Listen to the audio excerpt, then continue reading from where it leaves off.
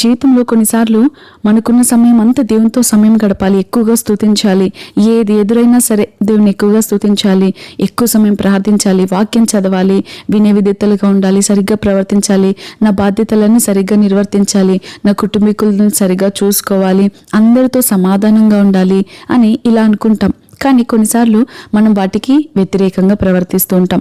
ఎప్పుడైనా మీకు అనిపించిందా? ఎంతో ప్రార్థించాలనిపిస్తుంది కానీ నోట నుండి ప్రార్థన రాదు. బైబిల్ తీసుకోవాలనిపిస్తుంది కానీ చదవడానికి మనసు రాదు. పాట పెట్టుకుంటాం కానీ అసలు హృదయంలో ఏ స్పందన ఉండదు. చర్చికి వెళ్తాం, ఆరాధన జరుగుతుంటుంది, అందరేమో దేవుని సన్నిధి అనుభవిస్తూ ఉంటారు. కానీ మనకు మాత్రం ఏదో తెలియని ఖాళీ, ఏదో తెలియని గిల్టీ, ఏదో ఎంప్టీనెస్, ఏదో కోల్పోయాము అన్న బాధ.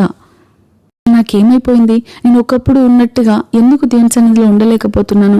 ఒకప్పుడు నువ్వు దేవుని ప్రేమించినంతగా ఎందుకు ప్రేమించలేకపోతున్నాను? ఒకప్పుడు ప్రార్థించినట్టుగా ఎందుకు ప్రార్థించలేకపోతున్నాను? ఒకప్పుడు ఉన్న భక్తి ఇప్పుడు నాలో ఎందుకు లేదు? ఒకప్పుడు ఉన్నంతగా నేను ఎందుకు రోషం కలిగి లేను? ఎన్నో వాక్యాలు చదివేదాన్ని, ఎంతో సమయం ప్రార్థించేదాన్ని, ఎంతో రోషం కలిగి ఎంతో మంటతో ఉండేదాన్ని. అసలు ఇప్పుడేంటి చల్లారిపోయిన స్థితిలో ఉన్నాను అని ఎప్పుడైనా అనిపించిందా? అలాంటి వారితోనే నేను ఈరోజు మాట్లాడాలని ఆశపడుతున్నాను.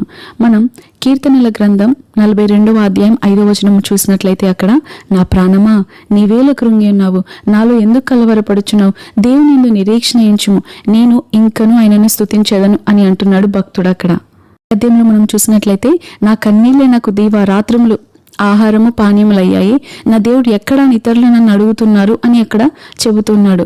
కానీ ఏమంటున్నాడో తెలుసా? చివరికి, నేను ఇంకను నిన్ను స్తుతిస్తానయ్యా. ఇక్కడే రహస్యం ఉంది. మనం చాలాసార్లు మనసు బాగుంటేనే దేవుని సన్నిధికి వస్తూ ఉంటాం. దేవుని సన్నిధికి రావడానికి మన మనసు ఆటంకంగా ఉండకూడదు. మనసు సరిగ్గా ఉన్నప్పుడు రావడం, మనసు బాగోలేనప్పుడు మనుషులతో ఉండడం ఇలా కాదు.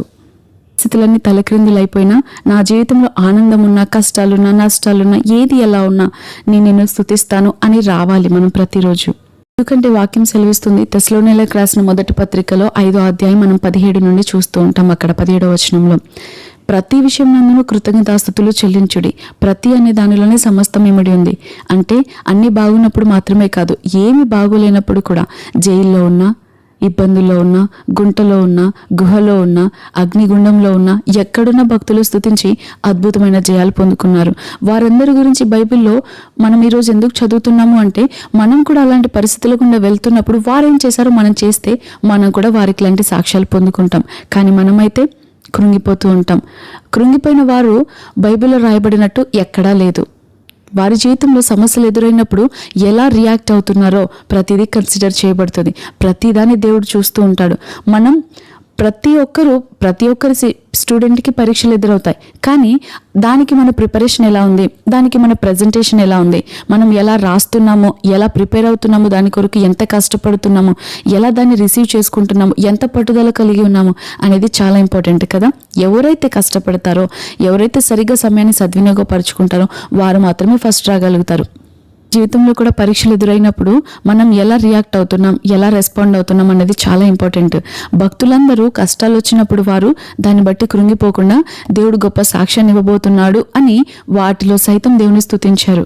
మనం కష్టాల గుండా వెళ్తున్నప్పుడు దేవుని సన్నిధిలో ఎక్కువ సమయం గడపాలని ఆశ కలిగి ఉంటాం. కొన్నిసార్లు ప్రార్థించాలనుకుంటాం కానీ నోట నుండి మాటలు రావు. కొన్నిసార్లు అటువంటి సిచ్యువేషన్లో అందమైన మాటలు నోట నుండి రాకపోవచ్చు, కానీ యథార్థంగా ఒక్క మాట చెప్పినా చాలు. చూడండి, తప్పిపోయిన కుమారుడు తిరిగి వస్తే తండ్రి మరలా అంగీకరించాడు. ఈ లోక తండ్రే ఒక మనుష్యుడే ఆ రీతిగా అంగీకరించగలిగితే దేవుడు ఎందుకు అంగీకరించాడు? ప్రార్థన అంటే అందమైన మాటల కూర్పు కాదు. కొన్నిసార్లు ప్రార్థన అంటే, ప్రభువా నాకు అసలు ప్రార్థించాలని లేదు, నాకు ప్రార్థించడానికి అసలు మనసే రావట్లేదు, ప్రార్థిద్దామని కూర్చుంటున్నా కానీ నోట నుండి అసలు ఏం మాట్లాడాలో అర్థం కావట్లేదు, అసలు దేని కొరకు ప్రార్థించాలో అర్థం కావట్లేదు, ఈ పరిస్థితి కొరకు ఎలా ప్రార్థించాలో నాకు అర్థం కావట్లేదు. వాక్యం సెలవిస్తుంది, యథార్థవంతుల ప్రార్థన యందు ఆయన ఆనందించే దేవుడు, నీతిమంతుల ప్రార్థనను అంగీకరించే దేవుడు. ఆయన ప్రార్థన ఆలకించి అంగీకరించి మౌనంగా కూర్చునే దేవుడు కాదు, కానీ ప్రార్థనలన్నీ ఆలకించే దేవుడు, ప్రార్థనలకు జవాబిచ్చే దేవుడు, ప్రార్థనలకు ప్రతిఫలం ఇచ్చే దేవుడు అని వాక్యం సెలవిస్తుంది. ఒకవేళ ప్రార్థించడానికి మనసు రావడం లేదు, ఖాళీగా ఉంది, ఒకప్పుడు ప్రార్థించినట్టు చేయలేకపోతున్నాను అన్న ప్రశ్నతో మీరు సతమతం అయిపోతూ ఉన్నట్లయితే, రోజు 1 గంట సమయం నేను చేయాలి అని ఒకేసారి పెట్టుకోకండి. నెమ్మదిగా కొన్ని పదాలతో కొద్ది సమయంతో ప్రారంభించండి. ఒకప్పుడు నేను గంటలు గంటలు ప్రార్థించాను, సో ఇప్పుడు కూడా నేను ప్రార్థించగలుగుతాను అని మనం ప్రార్థిస్తే మన మనసు సహకరించినప్పుడు గంటల తరబడి మనం దేవుని సన్నిధిలో కూర్చుంటే నిరాశ ఎదురవుతుంది. అరే ఏంటి ఇలా ఉంది పరిస్థితి, ఎంత ప్రార్థించాలన్న మనసు రావట్లేదు ఏంటి అన్న ప్రార్థనపై ఇంట్రెస్ట్ కూడా పోతుంది. అందుకే దానికి బదులుగా మనం పని చేస్తూ కూడా ఆ పనిలో ప్రార్థనని ఇంక్లూడ్ చేయండి. ఆ పని చేస్తూ కూడా దేవుని స్తుతించడం, అందులో స్తుతిని ఇంక్లూడ్ చేయండి.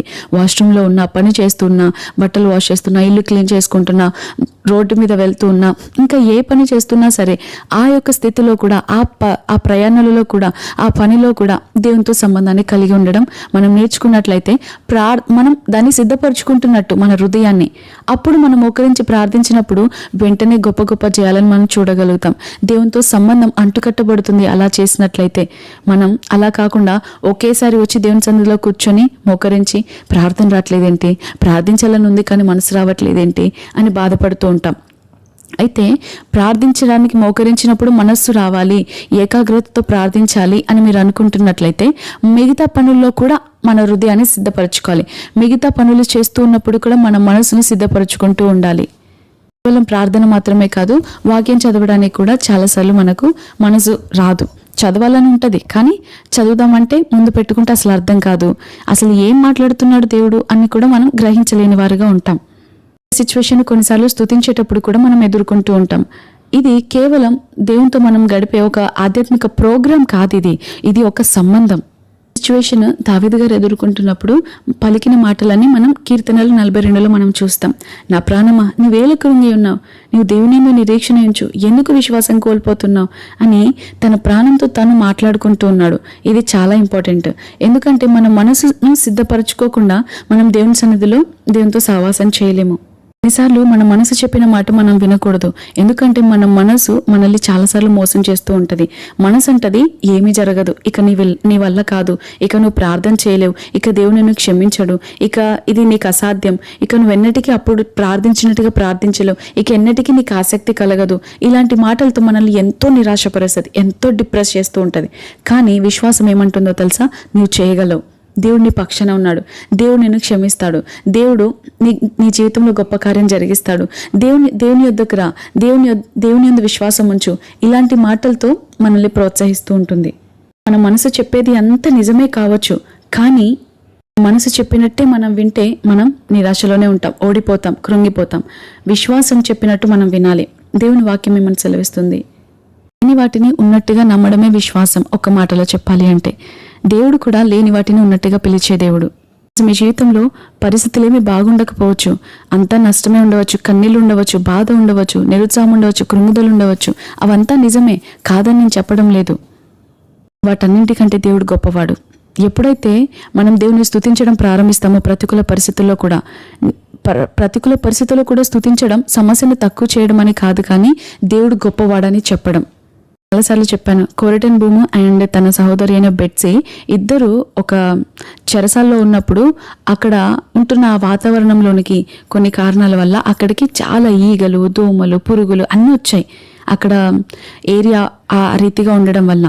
అయితే కోరటన్ భూము చాలా ప్రార్థన పరురాలే, చాలా విశ్వాస వీరురాలే, కానీ ఆ యొక్క సిచ్యువేషన్ చూసినప్పుడు అసలు నాకు ఇక్కడ సౌకర్యంగా లేదు, స్వేచ్ఛగా లేదు, చాలా ఇరిటేషన్గా ఉంది, ఈ యొక్క ఈగల మధ్య, ఈ పురుగుల మధ్య నాకు చాలా అసహ్యంగా ఉంది, కూర్చోవాలని కూడా అనిపించట్లేదు, బ్రతకాలని కూడా అనిపించట్లేదు అని మాట్లాడుతుంది.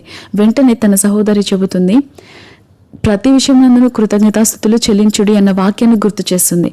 నేను దేన్ని బట్టైనా దేవుని స్తుతిస్తాను, కానీ ఈ పరిస్థితిలో వీటిని బట్టి నేను దేవుని స్తుతించలేను అని కోరటన్ భూము చాలా విసుక్కుంటది.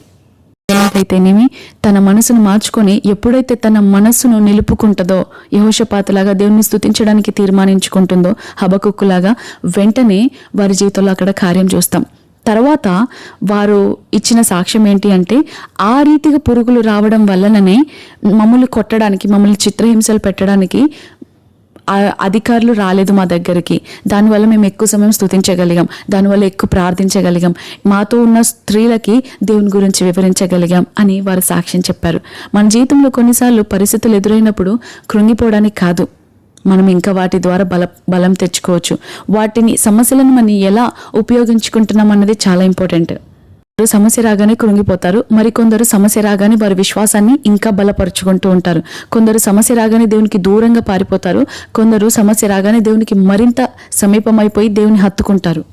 తీర్మానం తీసుకుందాం. కొన్నిసార్లు మనకు ప్రార్థించాలని అనిపించదు, వాక్యం చదవాలనిపించదు, స్తుతించాలని అనిపించదు. కానీ అటువంటి సిచ్యువేషన్లో కూడా ప్రభువా నేను నీతో సమయం గడపడానికి ప్రయత్నిస్తాను, నీవు నాకు సహాయం చేయయ్యా. ఒకప్పుడు ప్రార్థించినట్లుగా నేను చేయలేకపోతున్నాను, ఖాళీగా అనిపిస్తుంది, ఎంటీగా అనిపిస్తుంది, గిల్టీగా అనిపిస్తుంది. ఉదయం లేవాలనుకుంటున్నాను, లేవలేకపోతున్నాను. ఒకవేళ లేచినా కూడా ప్రార్థించాలనిపిస్తుంది, కానీ ప్రార్థన వెంటనే నిద్ర వస్తుంది. ఇలా యథార్థంగా దేవుని సన్నిధిలో ఒప్పుకోండి. అప్పుడు పాటలు అధికంగా నేర్చుకున్నాను, పాడాను, కానీ ఇప్పుడు అసలు పాడాలనిపించట్లేదు. నోట నుండి స్తుతి రావట్లేదు, నోట నుండి పాట రావట్లేదు, హృదయంలో అసలు ఏ చలనం లేదు. నిశ్చలంగా, నిర్జీవంగా, ఖాళీగా, ఎంటీగా, ఎడారిలాగా అయిపోయిందయ్యా నా జీవితం. నన్ను తిరిగి మరలా నువ్వు వెలిగించు. నీ కొరకు నేను బ్రతుకుతాను, నీ కొరకు నిలబడతాను, నీ సన్నిధిలో నేను మరలా గంటలు గంటలు ప్రార్థిస్తాను, నీతో సహవాసం చేస్తాను, వాక్యానుసారంగా జీవిస్తాను. నన్ను దయచేసి నీ పరిశుద్ధాత్మతో నన్ను మండించయ్యా, నన్ను వెలిగించయ్యా, ఈ చీకటి జీవితాన్ని నన్ను విడిపించయ్యా అని మీరు యథార్థంగా ప్రార్థించినట్లయితే దేవుడు తప్పకుండా మీ జీవితంలో కార్యం జరిగించి ఆయన సాక్షులుగా మిమ్మల్ని నిలబెట్టును గాక. ఆమేన్.